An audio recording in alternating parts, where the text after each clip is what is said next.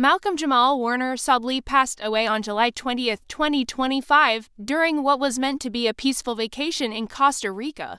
The news struck a powerful emotional chord, reverberating across the entertainment industry and beyond. He wasn't just an actor, he was a symbol of Black excellence, an artist who helped shape American television during one of its most transformative eras. As tributes poured in, they reflected not only his professional legacy, but also the profound personal connections he nurtured throughout his life. Born on August 18, 1970, in Jersey City, New Jersey, Warner entered the world during a time when opportunities for young Black actors were still emerging, but limited. Named after Malcolm X and jazz legend Ahmad Jamal, his name alone hinted at the kind of cultural weight and thoughtful identity he would grow into.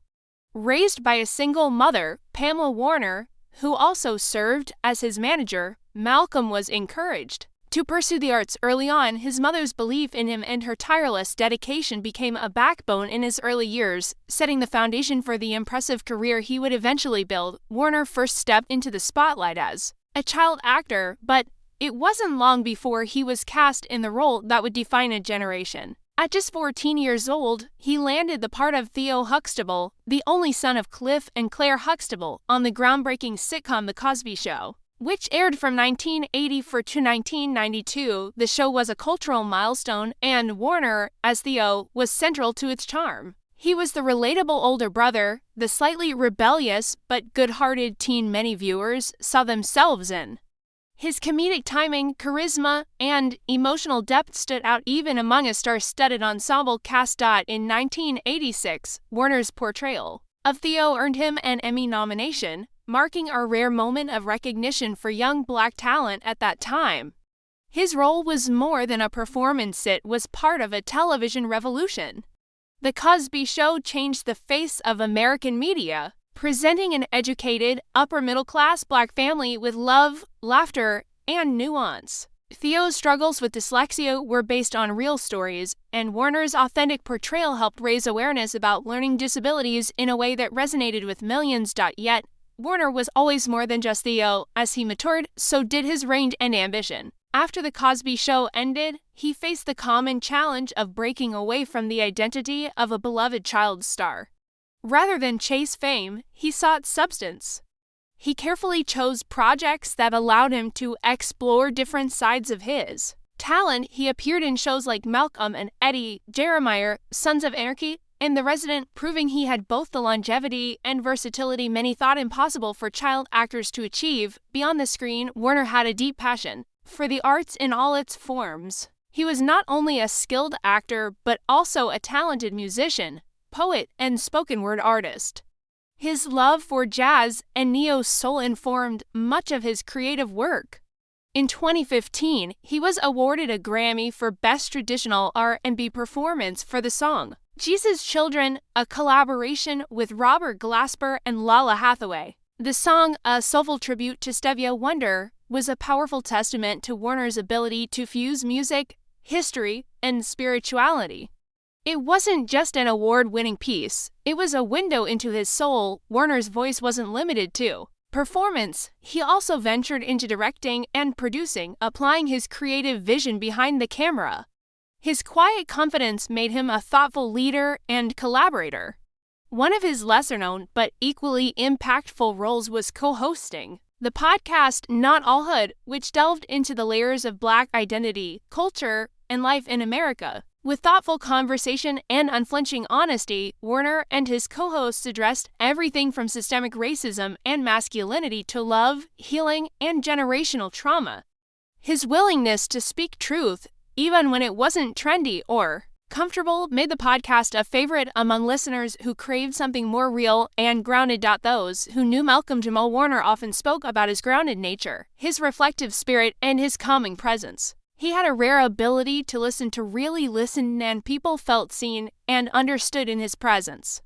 He was the kind of man who could be both the life of the party and the quiet observer, offering a few words that cut straight to the heart of the matter. His colleagues consistently described him as wise beyond his years, often referring to him as an old soul even when he was still in his 20s. Actress Tracee Ellis Ross, who had shared a deep friendship with Warner for many years took to social media to express her grief. She described him as warm, gentle, present, kind, thoughtful, deep, funny, and elegant, painting a picture of someone who was much more than the sum of his roles.